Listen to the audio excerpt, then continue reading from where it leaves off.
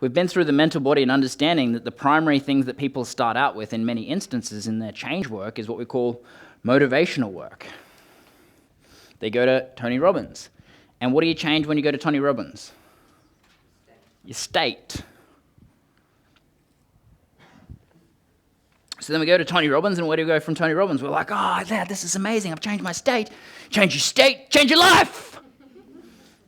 And then we go, okay, cool. So what did Tony Robbins study? What did he study? NLP. So we go and do NLP. But what do we change when we do NLP? Change your beliefs. Change your beliefs, change your life.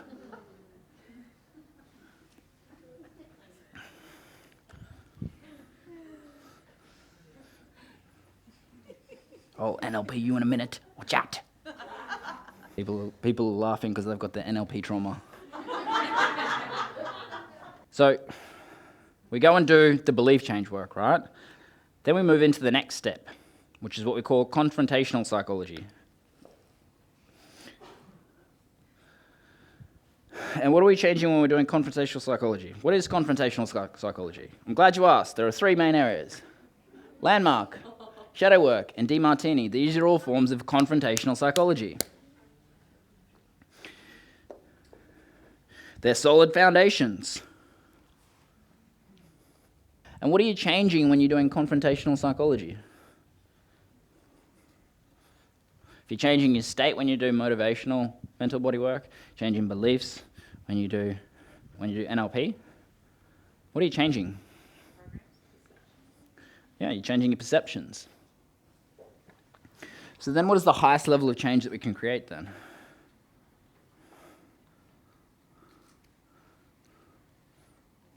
Identity, potentially. You can change your identity at each of those levels. Well, if we go from doing motivational work, NLP, to confrontational psychology, the highest form of change work is what we call holographics. Click. Oh, it clicked. Get it? So what are you changing in holographics then? If you're changing your state, beliefs, perceptions, what are we changing at the highest level? Yeah, all of those things. Changing our paradigm.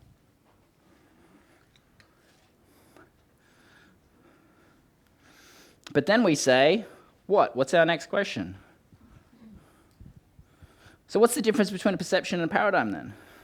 Well, a perception is the meaning made from a sensory input. Meaning right now you're hearing certain things, you're seeing certain things. You're turning that into a story and a narrative internally. It's your internal representation in NLP. You're creating all of those things. That's your perception. You're perceiving what's coming in.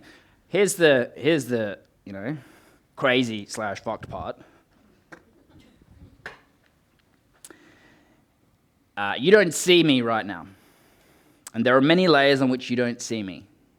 The first of these is, right now, you physically don't see me.